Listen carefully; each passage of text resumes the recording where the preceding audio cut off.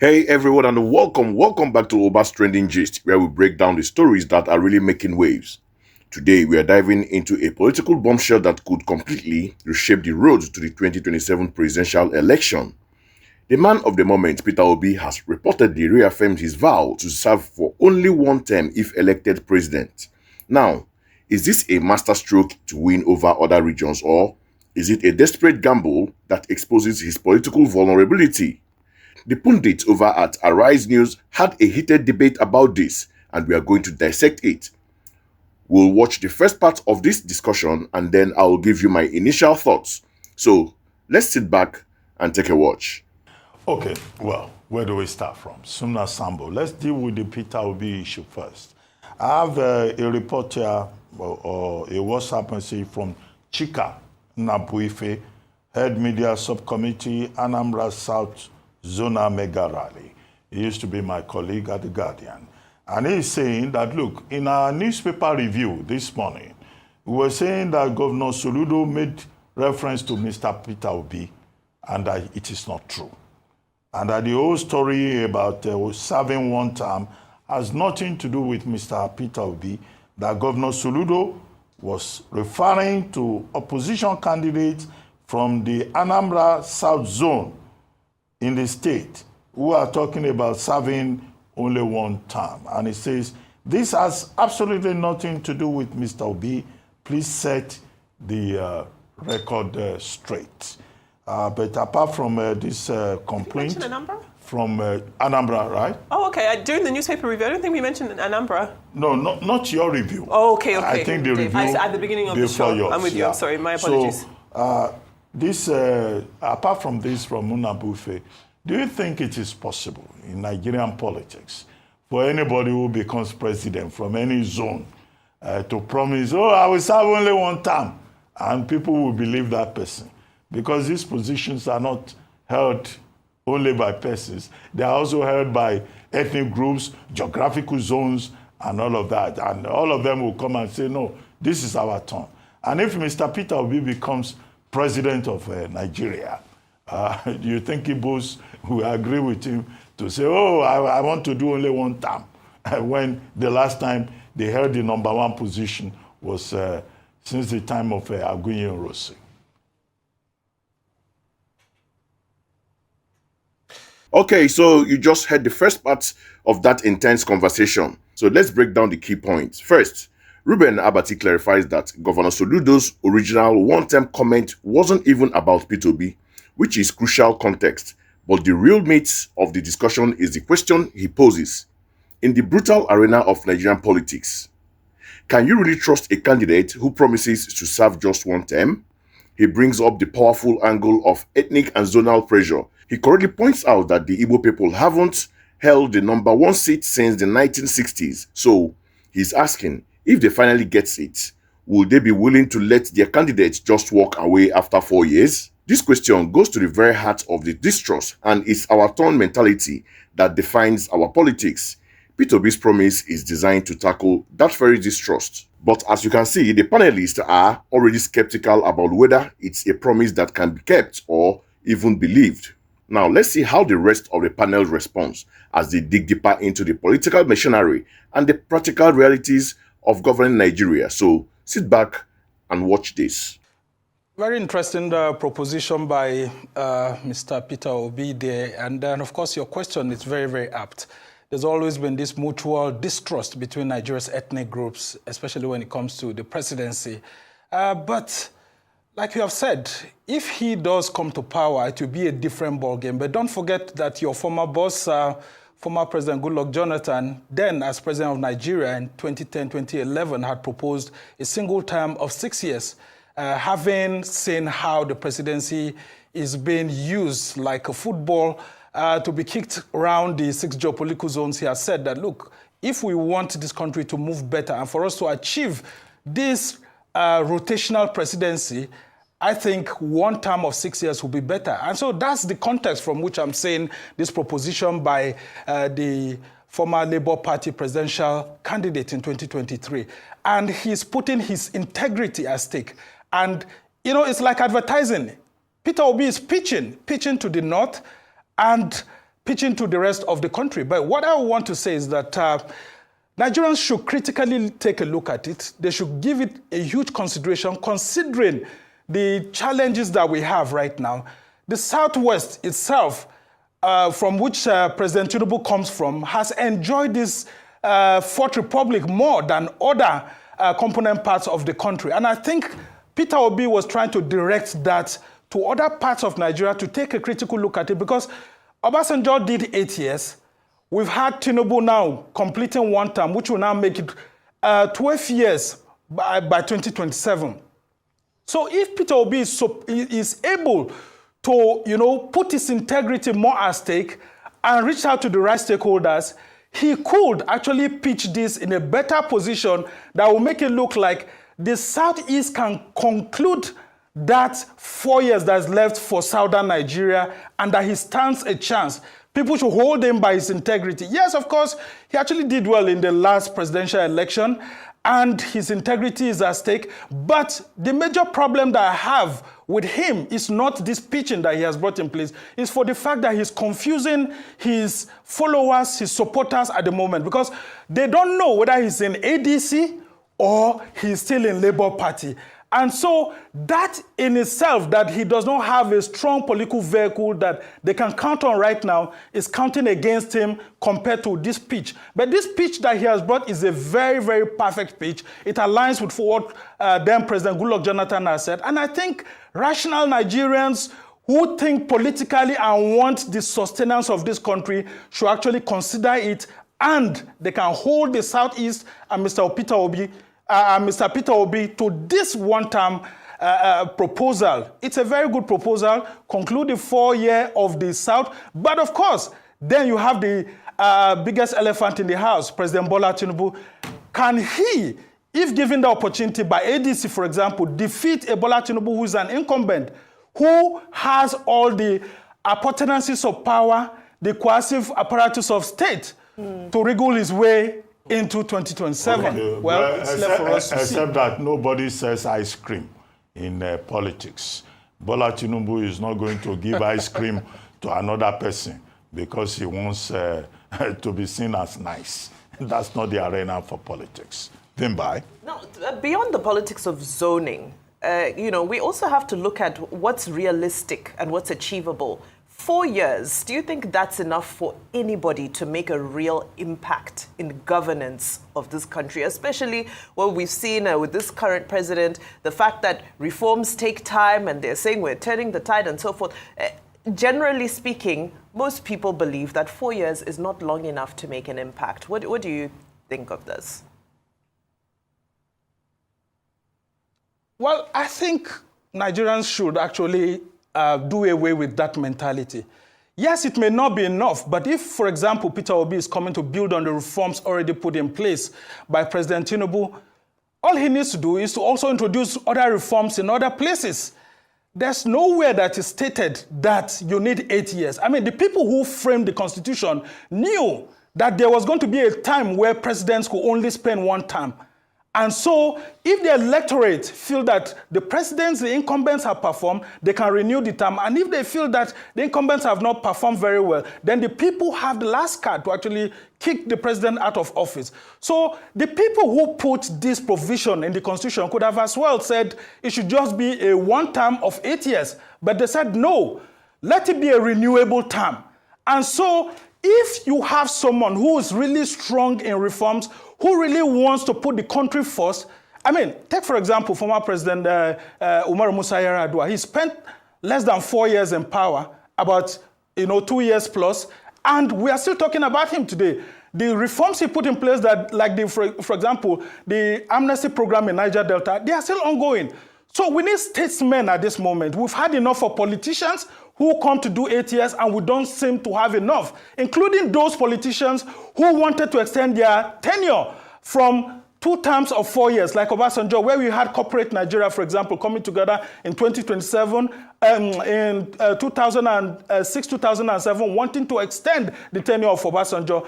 If we want a reformist president, someone who just wants to put the country in good shape and then leave for the right leaders to come into place, I think we can do it. We can hold Peter Obi to his words, or even President Bola Tinubu, if his term is going to be renewed, hold him to some reformist agenda. It's long enough for us to just be giving people terms and compensating them because they have 2 terms or because they are from different regions. Can we try something new, for example, for the first time? I mean, on this very same topic, we did see at the Arewa Consultative Forum not really speak as hopefully as you've been speaking. They say that this move from Peter Obi is political strategy because, well, I can't speak for them, but perhaps the belief is that if he says that he only wants to do 1 term, then people in the north would be more inclined to back his presidency because there would be a rotation of power back to the north thereafter. What do you think about what the ACF had to say about this promise to only serve 1 term if he is elected come 2027? Yeah, it's a very good pitch, and the ACF and other component parts of northern Nigeria would want to actually give it a thought. But of course, then comes the question. It's not even about Peter Obi's proposal. My greatest fear for Peter Obi is that which major political party will hand over its ticket to him. Because the greatest fear is that Peter Obi, going into ADC, for example, can he stand an Atiku Abubakar at the primaries or a Rotimi Amechi at the primaries? Because Peter Obi has not really, if you look at his political trajectory, he has never stood at any major political primary and won that primary. In 2022, it was supposed to be his major test of national baptism in a major political party, but he left the PDP. The other times he was just as governor in 2003, and of course, you know what happened with Ngige and all of that, and he came and he got a renewable time. So 2022 was supposed to be his major test, but he left PDP, went to the Labour Party, and of course, you know what happened, and the ticket was handed over to him. Now, if a bigger political party, he wants to represent that big political party, he would have to face the bigger guys, like for example, Rotimi Amechi or Atiku Abubakar. Can he defeat Rotimi Amechi or Atiku Abubakar in the ADC? Or is the Labour Party, as it stands right now, are they willing to give him the ticket? Because we hear that some of them are not willing to give him the ticket. So beautiful proposition, but the platform now is the major problem that I'm saying. And the North will look at it from that prism and say, look, does he stand a chance? But look at Atiku Abubakar to also pitch in a 1 term. Can he be trusted? Can the Northerners agree? Is it not easier for them to go with Bola Tinubu and be sure that in 2031 they will get it back than for them to go with an Atiku Abubakar that they are not sure? And then, of course, it will affect the geopolitics of the Nigerian polity. So it's left for Nigerians to decide. Sumner, I get your point about platform. That has to be resolved. But I'm saying that any politician that comes to you and says, I'm going to do only 1 term, that's a sign of desperation. It will not work. Just like all these gambits about serving food, carrying plates, and doing boy at parties that could be better organized by event organizers. It's also a sign of desperation. It doesn't work. It will never work. And then the second challenge, of course, is that you say the North will buy into this idea of 1 term. No, the North will not. Because the civil war in this country has never ended. I don't believe that Northerners who are already aggrieved with a Yoruba president will just shift and embrace the possibility of an Igbo president. There are contradictions in this country that have not been sorted out. We should lay the emphasis on competence, ability. If the Nigerian people are politically educated to a point where they can vote for a competent person, regardless of where he comes from, regardless of his religion, that's when this country will begin to move forward. So all this, I will do 1 term, I will serve you food, I will give you agbado. No, please. That's not going to work, in my own opinion. I don't know whether you disagree. Well, I mean, competence, integrity, and all of that, very important for the next president of Nigeria, whether it's President Bola Tinubu as he wants to continue, or it's for someone else that will be voted, or whether an Atiku Abubakar or Rotimi Amechi and all of that. Yes, you've said it. Nigeria has not really recovered from the civil war and the politics of that period and all of that. But should we continue? That's what people are saying. And that's why it's time for statesmen to actually rise up. And why is a component part of the federation still being neglected? That's also on the conversation. When we started this country, independence-wise in 1960, it was started on a tripod. Democratically, the other two components of the tripod have ruled the country. So the debate will continue. Why is the third leg of the tripod being left behind? Eventually, we had a fourth tripod, which was the region that was carved out, the Midwest region that was carved out from the then old Eastern region. And the debate has been ongoing. Why not have someone from there? Well, we eventually had someone from the South, which happened to be former President Goodluck Jonathan. But then, how long can we continue to isolate one of the tripod that we started this country with in 1960? That is what statesmen, people who are thinking into the future, are saying. And that's why, if you look at politics, the geopolitics of Nigeria at the moment, the best chance that the Southeast has right now seems to be coming with someone like a Peter Obi. Wow, so Sumner Sambo calls it a pitch, and that's exactly what it is. He highlights that the Southwest has had a significant share of power in this republic with Obasanjo and now Tinubu. So this one-time promise is a strategic message to other regions, especially the North, saying, don't worry, power will rotate back quickly. But then they hit on the two biggest problems. One, is 4 years even enough to make a real difference? And two, and this is the most critical point for me, what is P2B's political platform? Sumner Sambo rightly points out that the Labour Party is in crisis, and it is hard to imagine him winning a primary in an established party like PDP or APC against their political heavyweights. This one-time vow means nothing if you don't have a solid political vehicle to even get you on the ballot. Now, let me give you my own take on this entire situation. So, what's my take on all this? First, let's talk about the strategy. As a political move, it is undeniably clever. P2B is trying to solve the biggest political equation that works against a southeastern presidency. He is essentially telling the North, look, you don't have to fear an 8-year Igbo presidency. Just give me 4 years, I will perform, fix the foundation of the country, and power will rotate back to you much faster. It is a direct attempt to calm fears and build a bridge in a country built on zoning and power rotation. This is a compelling argument. But here's the major flaw, and Sumner Sambo touched on it, the platform. The Labour Party in 2023 was powered by a movement, the Obedience, not by political structure, to defeat an incumbent from a party like APC, which has governors, ministers, and deep grassroots structure. You need more than a promise. You need a formidable nationwide political machine. And right now, it's unclear if Obi has one or can build one before 2027. Secondly, there's the issue of trust. Nigerians are very cynical, and for good reasons. We've heard promises like this before. Many will remember when former President Goodluck Jonathan's camp floated the idea of a single term, and it was widely seen as a strategy to get a second term through the back door.